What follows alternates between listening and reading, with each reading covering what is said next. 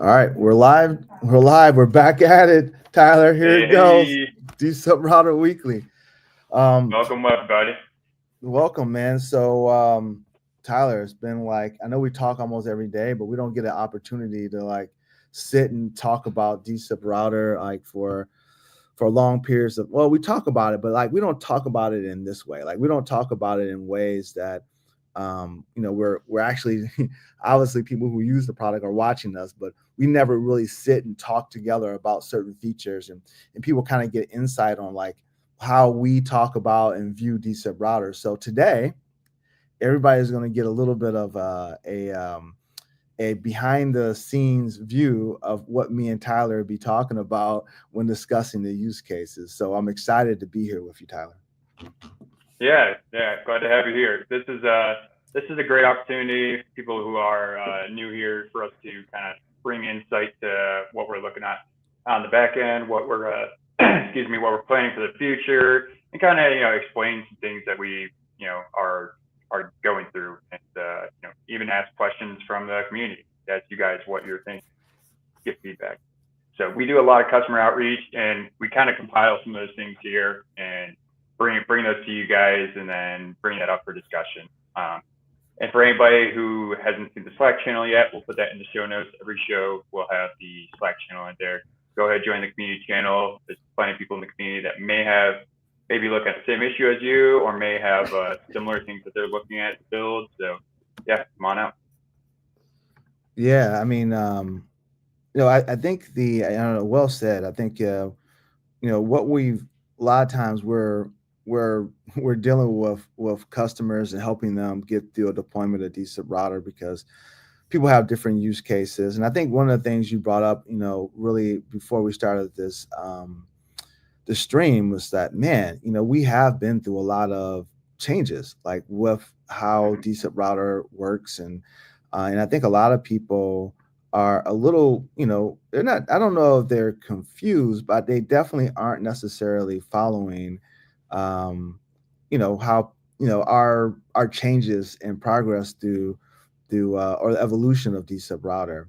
So I think today we wanted to spend some time on some core aspects of DSIP router, which are endpoint groups and carrier groups. And quite honestly, that's what kind of made us famous, for lack of better words, because we've made it very simple for somebody to be able to, grab take a endpoint, a UA or a media server, just to make it more generalized, and then really route it to a carrier, right? So, and we do that through a carrier group. So I wanted to, I think we both were going to just kind of sit through and we're going to talk together about some of the things that we've changed here. So I'm going to bring up my Yeah, I just want to highlight as we're going into this. We'll have people that are coming from like a 6.3 or 7.0, one of our previous releases upgraded, and then they haven't seen all these change log nodes. And so for us to go over like the current state, show that again, kind of explain the differences that have happened, I think that'll be very, very helpful. yeah, absolutely. So you guys can see this screen. I'm actually going to just Mhm. click around a little bit just to make sure you can see it. Okay, cool. So this is the Yep. dashboard, and in the dashboard, obviously, we just show what active SIP messages. By the way, this part of it, we definitely want to get some feedback. We want to enhance the dashboard to make it much easier and for you to be able to get information about what's happening in the server pretty quickly. But what we want to focus on today is really two aspects of it. One is the endpoint groups and carrier groups. So these are the kind of the core staples of the product. So typically, and I don't know, Tyler, I think most people probably start with carrier groups. I'm assuming. I don't know. That's what I usually start with. I usually set up my carriers and at least set them up and make sure that they're routing traffic outbound. And obviously the first thing I do is kind of set and configure my IP address of my decent router at my carrier so I can go outbound if I'm using IP authentication. Do you do the same thing, or what do you? How do you usually start? This is interesting to me. How do you usually start? Yeah, so I mean, that's for us testing specific use cases, and we'll add maybe like one of our, maybe my box sitting over here at my place, like acting as a carrier. But I think for most people, they're going to start with an endpoint because they want to hook up their PBX or their phone, and they can't really test the carrier. So I think for the end user, that's probably where they're going to start, is at the endpoint groups.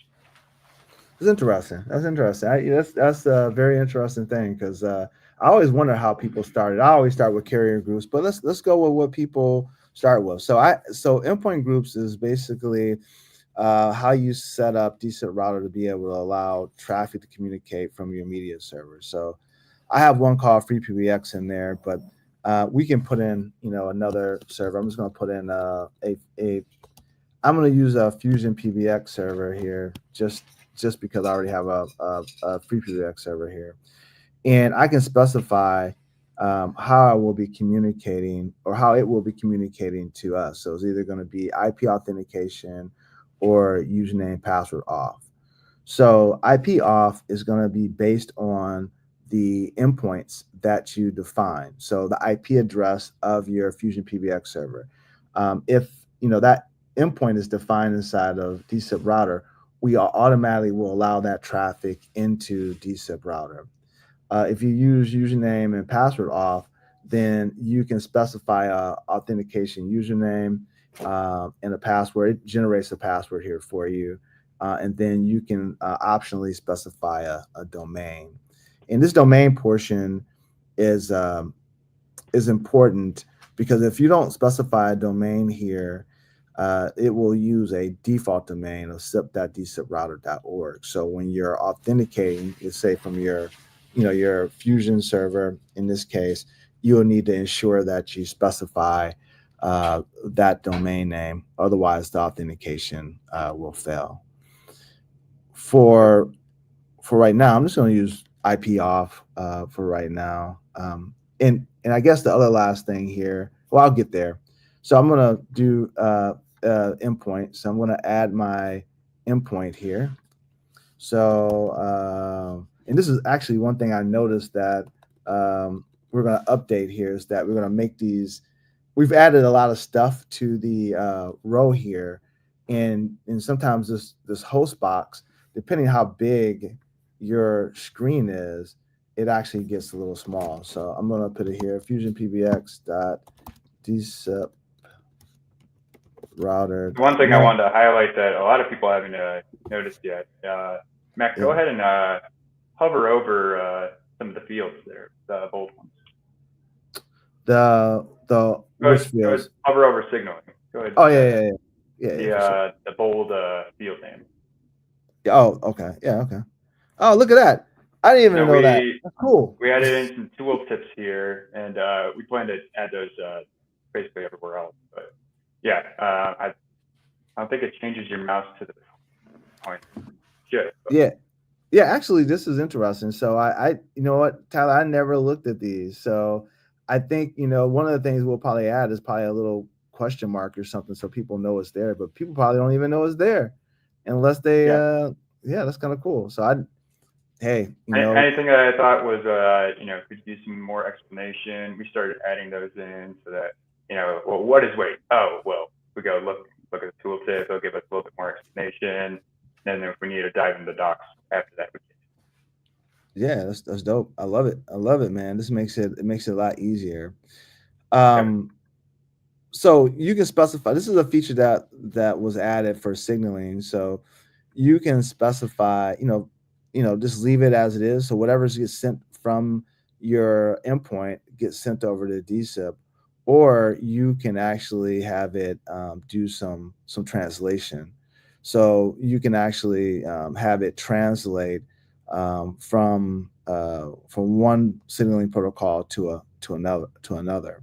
You want to show the options really quick? Yeah, bring the drop down up.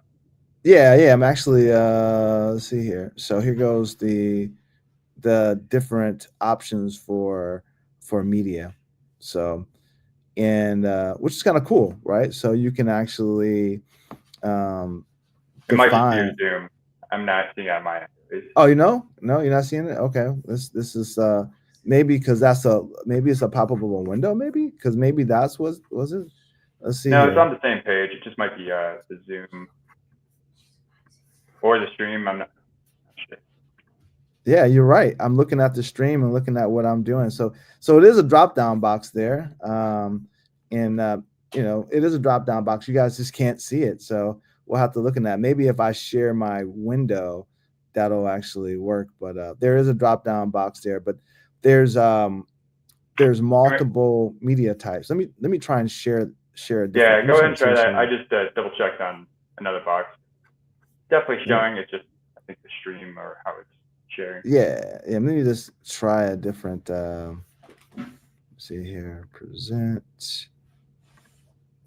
And actually, I can actually share a window now because I am on a. Let's see this. I'm going to share a whole window versus a tab. And let's see here. Now, if I do it, let's see if it works. It doesn't. So yeah, No, it just doesn't show on the it just doesn't show for some reason. So guys, you're gonna have to play with it. This will be your incentive to go download dSIPRouter. But there's I can drive if you want on the endpoint groups. yeah, I mean, do you have the will you think yours will show? Yeah, I got one Okay. up. I think it'll show. Okay. All right, cool. Let's do it. We'll Go try for that it. really quick. Let me stop sharing here. Okay, take it. All right, now let me know Okay. if that's showing. Yeah, yours shows, There we mine go. doesn't. That's crazy. Okay. Did you just do a window? What did you do? Yeah, I did the full screen. Oh, you did full screen. All right. So I just did a window. So that's the trick. All right. Go for Okay. it. Okay, sure. Yeah. So you were on signaling. Go ahead. I'll just I'll drive. Okay, yeah.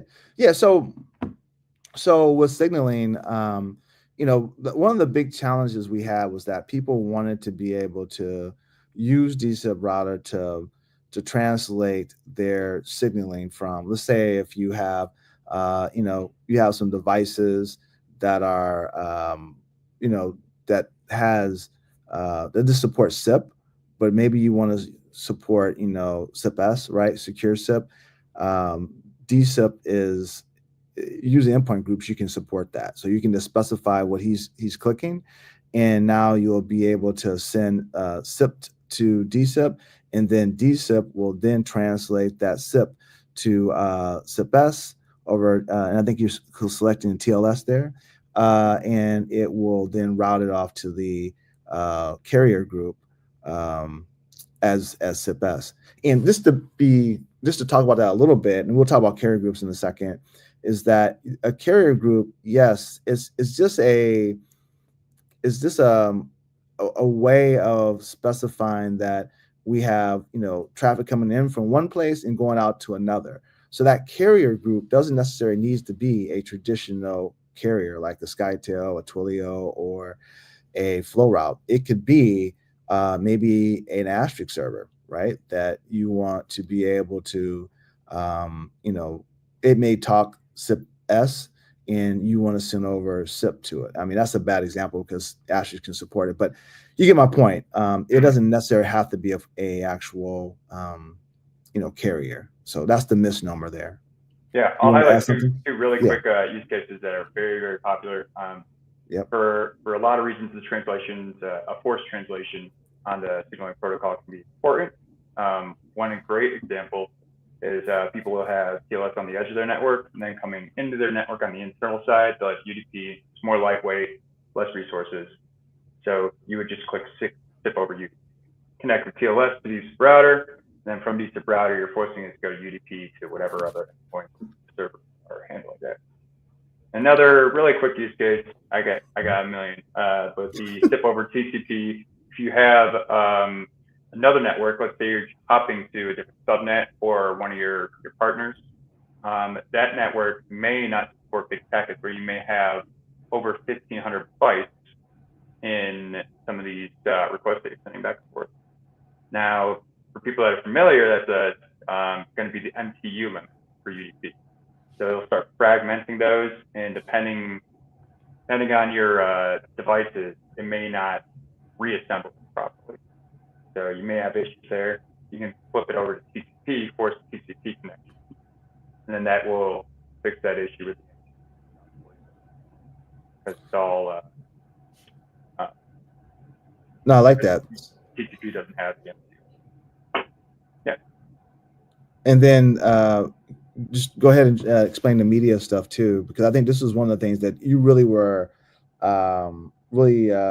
supportive of, and just having the ability to switch up the different type of media protocols that we support, or translations that we support. This is something that we've been working on, is being able to specify the signaling in media and give you a little bit more granularity on specific places that you're sending it to. So per an endpoint, per a carrier. Been slowly adding in these features. So in the media section here, for one of your endpoints, you can specify what we usually do is proxy the media over RTPEngine. But you can also say, hey, I don't want RTPEngine to handle this. I don't want it to change the STP. Go ahead and let him talk directly with talk to the media directly without hitting dSIPRouter at all. So RTPEngine is not involved. And then some of the rest of these, and we'll probably add in, I was thinking about adding another option. We'll go over that another time. The rest of these are direct translations, so media translations where you're forcing it to go over specific media protocol. Just two quick examples that you'll see often. RTPEAVP, which is just unencrypted media. So that's the regular protocol that's used alongside SIP, RTP. And then RTPSAVP, this is encrypted. So if you need to force encrypted media for some reason, or you need to translate the encrypted media, make sure that it's unencrypted when it goes to the next point, you can just set it right here. Now, you hit a good point. It's like, so right now, if the endpoint has unencrypted media, which is one that this is kind of part of WebRTC, by the way, too, is like, if we specify the media being RTPSAVP, will it then route the traffic over using RTPSAVP to whatever the carrier group is, and it goes in reverse as well, correct? Yeah, so the opposite way that you said it, but yeah. So it comes in from the carrier, and it could be whatever type of media. It could be encrypted, it could be non-encrypted. Any could have alt AVPF, all the other stuff gets accepted, and then we say, hey, let's change media options there. We only want it to be, let's say, RTPAVP. So going to the endpoint group, it's only going to translate over unencrypted RTPAVP. Then coming back from that endpoint, it'll come back as unencrypted media, and then it'll go back out the original media that you had coming from that carrier. Got it. So really, it's really supporting the inbound coming into the endpoint. It doesn't necessarily do the outbound. And I think this is what people get a little bit confused about, I think, a little bit. Mm-hmm. Because really, it's really like, if it comes over, this media really defines what actually ends up at the actual endpoint, right? So if it comes over, like you said, as secure media, RTPSAVP, and then you define it as being RTPAVP, then it will do the translation to a non-secure protocol to the endpoint. Yeah. For our SIP nerds out there, that's going to be the B leg. So our A leg is going to be the carrier, and then the B leg is going to be transmitting between your endpoint. The B leg is what we're specifying we want to work here. Got it. Yeah. So that's the thing that I think people get a little confused about. It hover over the media real quick, like hover over the media transport for calls to endpoint. So yeah. So I think that's the big thing here, guys. This is like going to the endpoint versus coming from the endpoint. So I think we talked about it a little bit. Did we want to do something to support from the endpoint? But I think we're just looking for feedback, really. Is this enough, or do we want to do the other way as well? So just please give us feedback on that. Yeah, just But a quick second, I'll interject here. So yeah. all these features, we kind of put them all in, and then we're getting a little bit of feedback and what's working good, and then we were gonna get the feature parity. So, it takes a little time to implement this stuff, but we're gonna eventually have the same feature parity on carrier groups. But you will notice that they're in different places right now, and there's not feature parity. They're a little bit different. Right. So let's go on. Description is just for the user, for you to identify it later on. And then weight here. So I've had quite a few questions about this, and this has changed. So this used to be a non-relative weight. Now it's a relative weight. So, and it says it right here on the description, relative weight, load balancing. Basically, all you got to know is you add up all your weights and then divide by the number of endpoints. That is the percent of all. So you have 2 endpoints that each have a weight of 1. 2 over 2. Did I say that right? 50% each. Yeah, 50% each. Yeah. So that if you have basically if you have two endpoints and and so if you have 2 endpoints, you basically would say, all right, each one of them gets 50%. Every one of them the value must be between 1 and 100. So you'd be 50-50 for the weights on this. And if you have 3 of them, it would basically be 33% on each one of the weights, right? So 33.33 or whatever. So 1 out of 2 total weights. Yes. On the first time. Yeah, I got you. Yeah. So you give 2 on 1. That's gonna be 2 out of 3 if your other one has 1. Relative. Right. And then it also says on here, it has to be in that range. Doesn't really. That's just a restriction. And then 0 is safe. But 0 is not going to be in the load balancing group. So some people don't realize that, I want to turn on load balancing for this route, but I want to take 1 or 2 out. So you can actually do that here. You do maintenance or something, and these endpoints are load balancing. Your routes are set to load balancing. You can take it out for maintenance, put the weight to 0. Yeah, because we had so for those before who were using dSIPRouter, we used to have this whole concept of having like a button that basically says, in maintenance, out of maintenance type of deal. You don't need that anymore because you can just specify that the weight is 0, so it won't receive any traffic while you're taking that server down for maintenance. So I think that was a cool thing that we've added. The next thing is the keep alive, right? So in the beginning, if for those who use dSIPRouter earlier, is we used to you were getting killed with the key. Well, it wasn't that early. It was like when we started using Dispatcher to do load balancing for these weights. It automatically was doing keep alives. So you will see as soon as you define an endpoint group, dSIPRouter starts sending keep alives and stuff. So this feature here will allow you to disable keep alives. And a lot of times the endpoints would have, or the firewall sitting in front of the endpoint wouldn't allow keep alive. So you would just be wasting CPU traffic on sending and network traffic on sending option messages, which is how keep alives are done. But now this ability here, this is really cool. So I don't know if you want to add something to that. Yep, I do. So for people that aren't familiar with how the modules in the Chameleon work, just for the keep alive in general, if they don't respond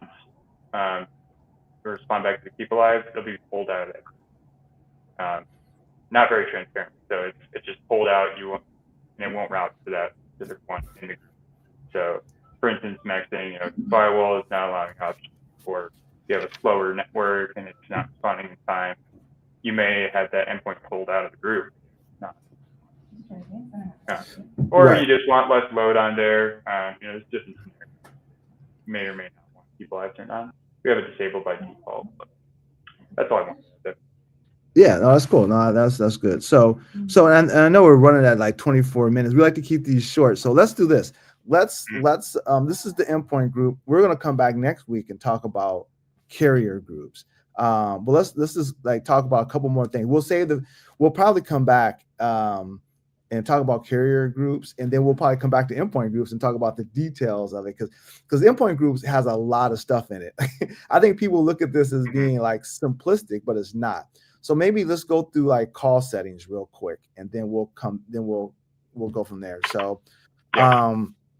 So this is another one where it's been here for a bit, but in some cases you need to strip off characters coming from your endpoint, and you'll notice here that the number of characters to strip from the request URI, which is basically the phone number for inbound calls. So if you're sending something over to dSIPRouter, and you may do this, the usual use case is that you're maybe inside of your media server, you may say, all right, for any calls that come over with a 8, you want to or you're forcing it, right? You're saying, okay, when I see calls coming from a certain area code, I'm going to put a prefix of 8 on it at the media server. So when it gets to dSIPRouter, you may want to take that those characters off, and then route it off to the carrier. So that's one use case. And there's a few different ones, but let me just get through the rest. I know we're running against time. Then there's also the number of characters, the prefix.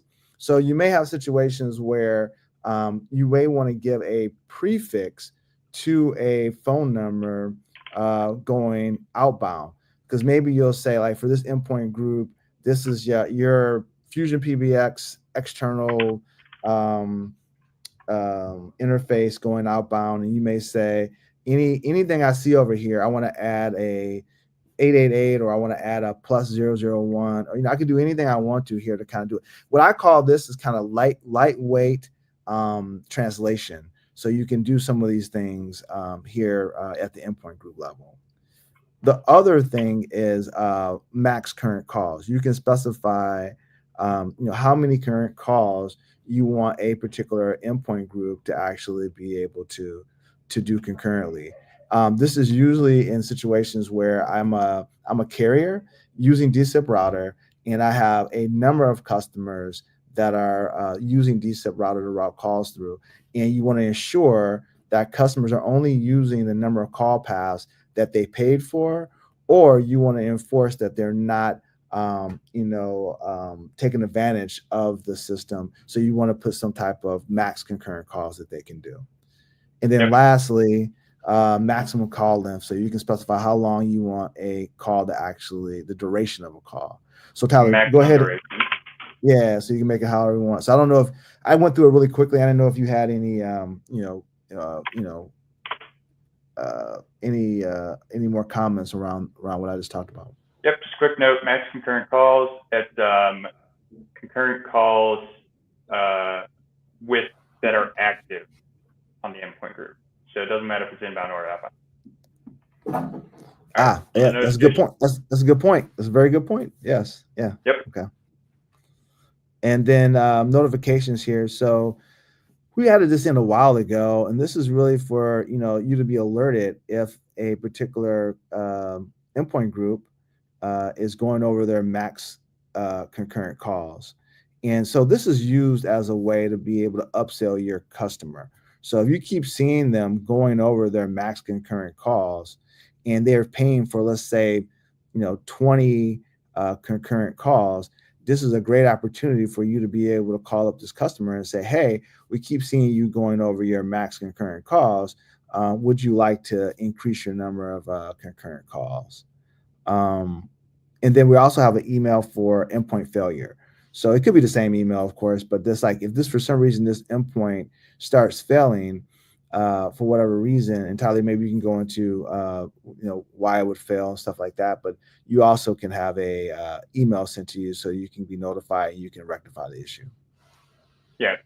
Typically, if this would be the endpoint group, so if it goes all the way through that endpoint group, depending on slow down between multiple or failing over between multiple, and it still gets to a failure, this is probably something you want to just investigate. So you have an email that goes to maybe your ops team or your your support team.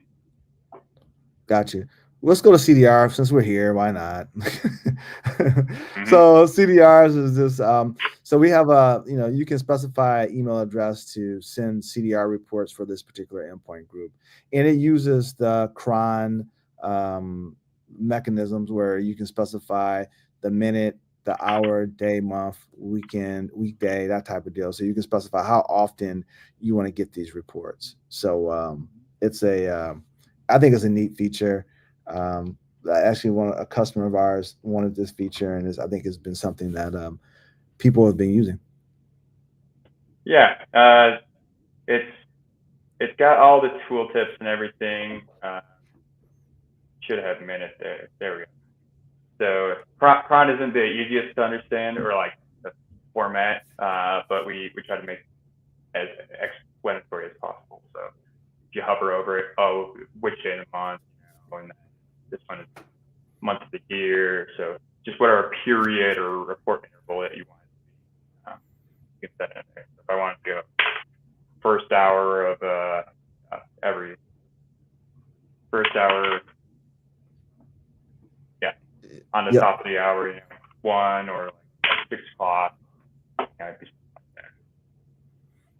Yep. So yep. So you can do that. And then lastly, we'll just briefly over Fusion PBX.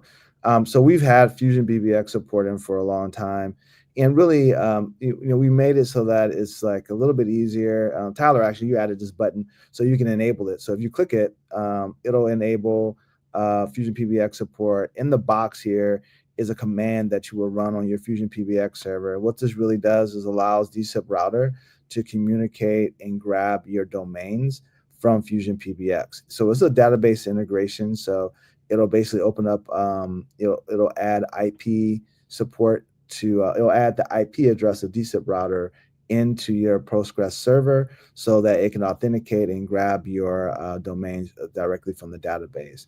And how it knows what IP address to go after. If you just go install Fusion PBX, you're just going to put the IP address of the Fusion PBX server here. So it'll be like, ours is fusionpbx.dsiprouter.net. Yep. Yep. And then if you're using the command in that box, you don't need to put in anything here.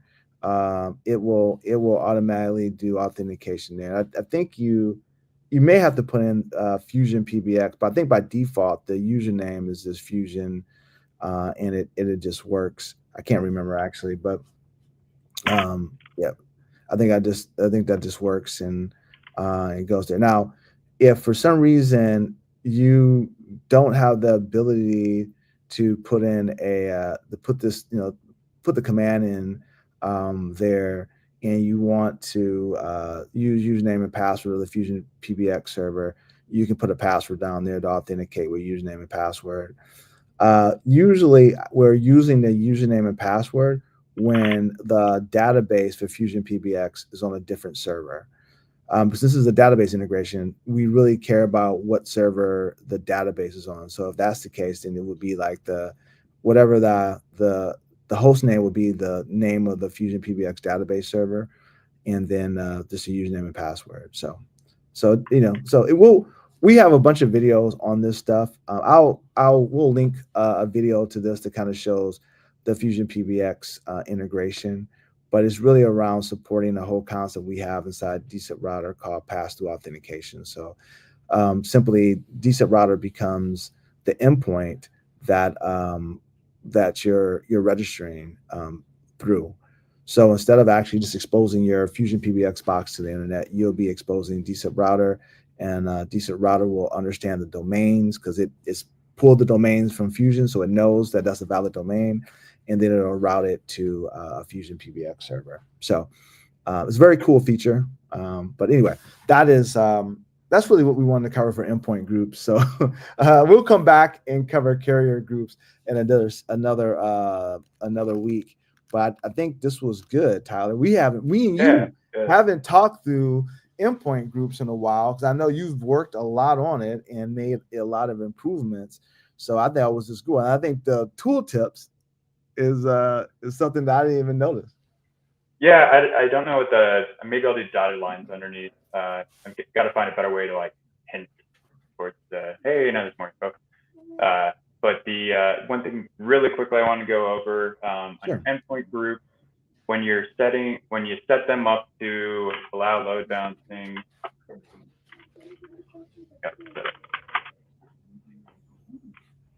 or maybe I already have this. Look at that. You guys got to see how quickly you can reset your password. There you go. Really quickly, I just wanted to show how that load balancing works, because when we go over carrier groups, it'll be a little bit different. Yep. So when you set up your DID for your inbound route, let's say it's 124, right in the selection window, the endpoint selection, you have the endpoint name, and then you have one that says LB, load balance. So that's how you select between the two. This would just be regular failover routing or serial routing, and then LB load balance. So you can use those load balance parameters. Just want to Yes. quickly highlight that. We're not going to go into detail on the routing today. No, that's good. No, this is good. So I know we're at 36 minutes. So tell me, so what anything exciting that you're looking forward to for upcoming week, or anything exciting that you'll be working on? Yeah, so we got a lot of exciting things going on in the back end, in the background. A few things that we're not really ready to announce yet. I can give some hints though. So we have some paid modules coming out that are going to be pretty cool. I think you guys will like them. We have a lot of bug fixes that we've been talking about over this release, and we've been reaching out to the community about any other issues, and we're trying to get those integrated as quickly as possible into this release. If it doesn't make it into this release, look forward to the next one. But yeah, if you're hanging around the community Slack, make sure you put something in there, ping us, let us know that you're having these issues, so we can get them on the tracker and get them scheduled. What about you, Max? What are you kind of looking forward to for the project here? Yeah, I'm getting out and talking to more customers and just trying to understand, what issues people are having. Are we solving the right problems? Do we need to solve different problems? Again, I'm interested in, Astrocon is coming up. Um, I'm not sure how we're going. We haven't really talked about it or how we're going to do it, but worst case scenario, I want to, do something there. Chameleon World for sure. We're planning to be there. Um, so I'm excited about that. And I think we're going to sponsor in Camillio World. So I hit Daniel up about that and talking through that. So I'm excited, man. I'm just super excited about the project. I'm super excited about getting more people to understand what value dSIPRouter provides to the ecosystem. So no, I'm just excited, man. So that's it. That's it for me. So one thing I just thought about while you were saying that, have you thought about the Open SIP Summit? That's May in I think we should go to both. I think we should, because that's one of the surprises that we want to talk about, but we're not ready yet. It's like when is it? When you see it, what day is it? Because is it? Let's see here. Open SIPs. I'm seeing 27th to the 30th of May. Yesterday. Man, that means we'll have to go. I wish they were closer, because that way we could like go from Camillio World to Open SIPs. But now we'll have that's another big fight. Yeah, yeah.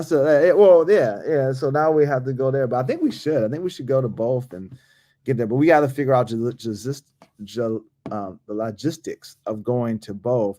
I wish they were just back to back, but we'll figure it out, because that way we'll be coming back being jet lag, and then we'll go back again. So, but anyway, we'll talk through it. But no, that's an interesting thing. So, anyway, folks, this has been a great session. I think this is a much needed session.